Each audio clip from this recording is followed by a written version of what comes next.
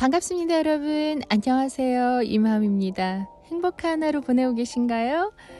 오늘 여러분과 함께 운을 부르는 부자의 말투 같이 나누려고 합니다. 제가 여러분께 돈이 들어오는 길을 막는 말습관 셀프 테스트를 하실 수 있도록 질문을 좀 해볼게요. 일하기 싫다고 습관적으로 말한다. 상대방이 무언가 가시돋친 말을 하면 나도 질세라 되받아친다. 내용을 먼저, 결론을 나중에 말한다. 있어 보이려고 남들이 알아듣기 어려워하는 단어를 많이 쓴다. 잠깐의 침묵도 참지 못한다. 잘 안 들리는데 한 번 더 말씀해 주시겠어요? 라는 말을 많이 듣는다. 누군가 험담을 하면 옆에서 잘 들어준다. 칭찬하기보다 칭찬받고 싶다. 안 좋은 일이 생기면 운도 없다며 불평한다. 사람들에게 영혼이 없다는 말을 자주 듣는다. 건배사 한 번 하면 맥주 거품이 다 빠질 정도로 길게 한다. 제가 돈이 들어오는 길을 막는 말습관 셀프 테스트를 읽어드렸는데요. 몇 개가 해당하셨는지 궁금합니다. 평소에 무심코 내뱉는 말 한두 마디가 과연 운을 부르는 말인지 아니면 운을 막는 말인지 부자가 될 수 있는 말인지 그렇지 않은지 여러분과 같이 나눠보겠습니다. 일본 납세액 1위 억만장자 사업가 사이토 히토리가 전해주는 부자가 되는 말투 지금 시작할게요. 돈을 끌어당기는 최고의 말.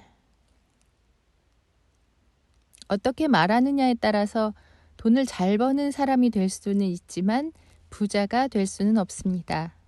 그런데 부자가 될 수 있는 돈을 끌어당기는 말은 따로 있습니다. 그 말은 바로 일하는 게 제일 좋아요 라는 말입니다. 설령 당신이 낚시를 가장 좋아하더라도 낚시가 제일 좋다라고 말해서는 안 됩니다. 낚시나 드라이브는 돈이 있기 때문에 가능한 일이고 돈을 낳는 수단은 누가 뭐래도 일입니다. 일하기 싫다고 말하면 일의 신에게 미움을 받는 것은 물론이고 돈의 신에게도 미움을 받게 됩니다. 그리고 아무리 돈을 좋아하더라도 돈이 가장 좋다고 노골적으로 말하면 남들 눈에 좋게 보이지 않습니다. 같은 말이라도 어떻게 하느냐가 중요하죠. 예를 들어 취미가 뭐예요? 라고 물었을 때 경마예요 라고 대답하는 것보다 승마예요 라고 대답하는 편이 멋있어 보이지 않을까요? 똑같이 말을 좋아해도 어떻게 말하느냐에 따라서 그 사람의 인상이 달라집니다. 이와 마찬가지로 돈을 좋아한다고 말한다고 한들 돈에게 사랑받지는 못합니다. 일을 좋아한다고 말하면 처음에는 네? 일을 좋아하신다고요? 하면서 놀라는 사람도 있겠지만 계속해서 네, 저는 일을 정말 사랑해요 라고 밀고 나가면 됩니다. 왜 이렇게 해야 할까요? 부자가 되기 위해서입니다. 남들과 같은 말을 하면서 다른 결과를 낼 순 없습니다. 게다가 일하는 게 재밌어요, 보람도 있고 즐거워요 라고 말하면 듣는 사람도 왠지 기분이 좋아집니다. 그리고 무엇보다 이 말은 돈이 기뻐할 만한 말입니다. 속으로는 일을 싫어해도 좋으니 일하는 걸 좋아한다고 말해보시기 바랍니다. 좋다 좋다 하는 사이에 정말로 일을 좋아하게 될 테니까요. 이것이 바로 말이 가진 신비한 힘입니다. 역할극을 한다고 생각해 보세요. 그런데 대화를 상대방과 나, 단둘이서 한다고 생각하면 대화 내용을 바꾸기가 어렵습니다. 왜냐하면 일상적인 대화는 보통 상대방이 가시돋친 말을 하면 나도 가시돋친 말로 대받아치는 식으로 진행되기 때문입니다. 상대가 아무리 가시돋친 말을 해도 나는 상대에게 좋은 말만 하는 역할을 맡았다고 생각해야 합니다.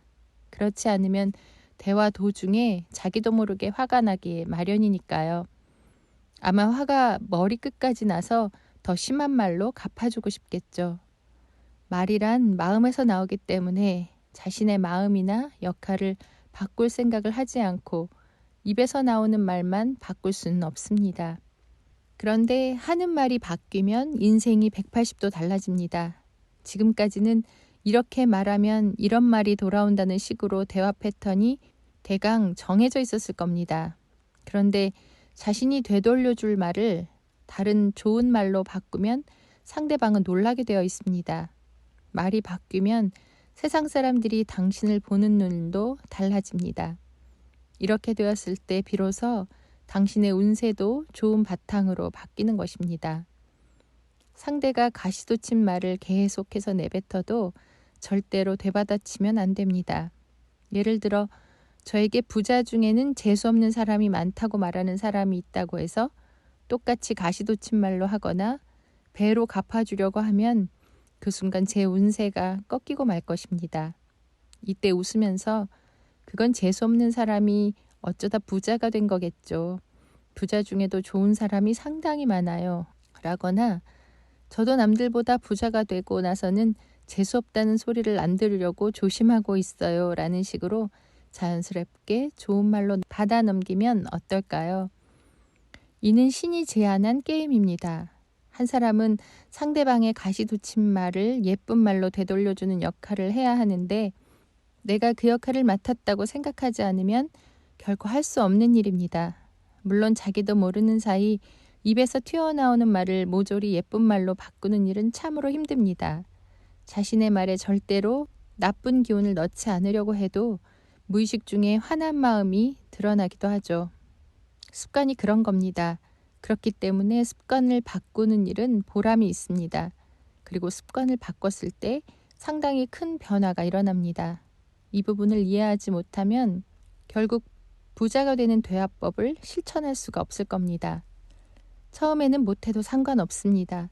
하지만 거기서 좌절할 것이 아니라 다음에는 조심하자 하고 신경을 쓰다 보면 하루에 100번 독이 든 말을 하던 것이 99번이 되고 98번이 되는 식으로 하나씩이라도 줄게 될 겁니다. 그리고 50번 정도로 줄었을 때 당신에 대한 사람들의 평가도 달라지겠죠.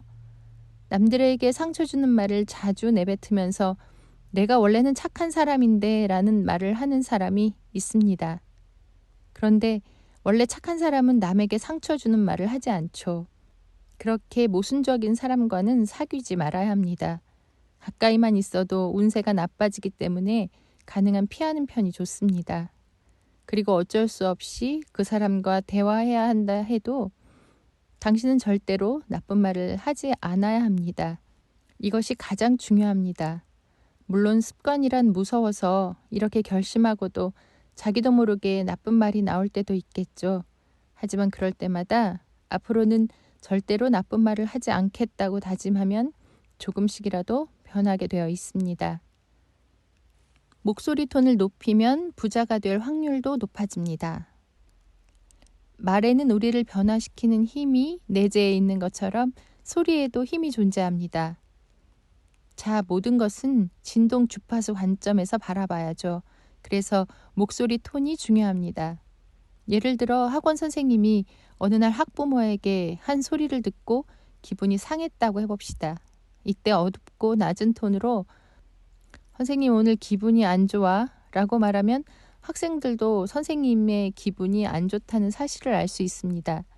그런데 활기차고 밝은 톤으로 선생님 오늘 기분 안 좋다 라고 말하면 어떨까요? 목소리가 밝아서 기분이 안 좋은 것처럼 보이지 않겠죠? 그래서 말의 내용이 아니라 말을 할 때 목소리 톤, 즉 소리의 힘이 그만큼 중요합니다. 아무리 긍정적인 말을 해도 어두운 얼굴로 낮게 중얼거리면 그저 무언가에 홀린 것처럼 보이지 않을까요? 물론 말의 내용까지 좋으면 더할 나위 없겠지만 때로는 말의 내용보다 어떤 톤으로 말하느냐가 더 중요합니다. 목소리 톤이 중요하다는 사실을 안다면 기분이 안 좋을 때도 어떻게 기분을 좋게 할까가 아니라 기분이 안 좋아 라고 활기차게 말하면 됩니다. 그러면 없던 기운도 생겨나니까요. 밝고 활기차게 10번씩 말해보시기 바랍니다. 그리고 나면 기분이 전환돼요. 이제 일 좀 다시 해볼까 하는 생각이 들 겁니다. 목소리 톤을 올리면 일의 속도도 빨라집니다. 속도가 빨라지면 기분도 함께 고조되기 때문에 기분 전환도 빨라집니다. 어떤 말을 하느냐도 중요하지만 일단 목소리 톤이 밝으면 좋은 인상을 주기도 합니다. 따라서 항상 목소리 톤에 신경을 써야 합니다.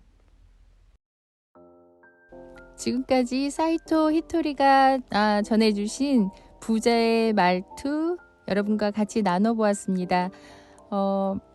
오늘 하루 생활하시면서 여러분의 말투, 여러분의 말의 톤 한번 높여서 밝은 말을 많이 하시는 하루 보내시길 바라겠습니다.